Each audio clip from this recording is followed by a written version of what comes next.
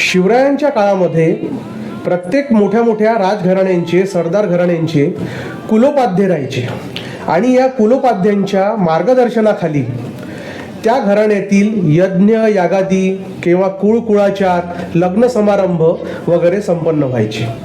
तर छत्रपती शिवाजी महाराजांच्या भोसले कुलाचे जे कुलोपाध्ये होते त्यांचं नाव आहे बाळमभट्ट ढोकेकर.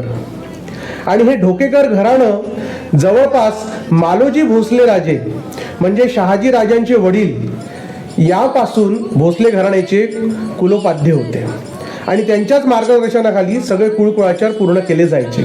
शिवाजी महाराजांचा राज्याभिषेक सुद्धा बाळमभट्ट ढोकेकर यांच्या हस्ते आणि गागा भट्ट यांच्या मार्गदर्शनाखाली संपन्न झाला. गागा भट्टांनी शिवाजी महाराजांच्या राज्याभिषेकाकरता श्री राज्याभिषेक प्रयोग नावाची एक पोथी लिहिली, जी खरोखरच खूप सुंदर आहे.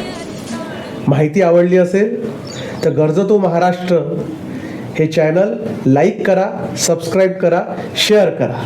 जय महाराष्ट्र.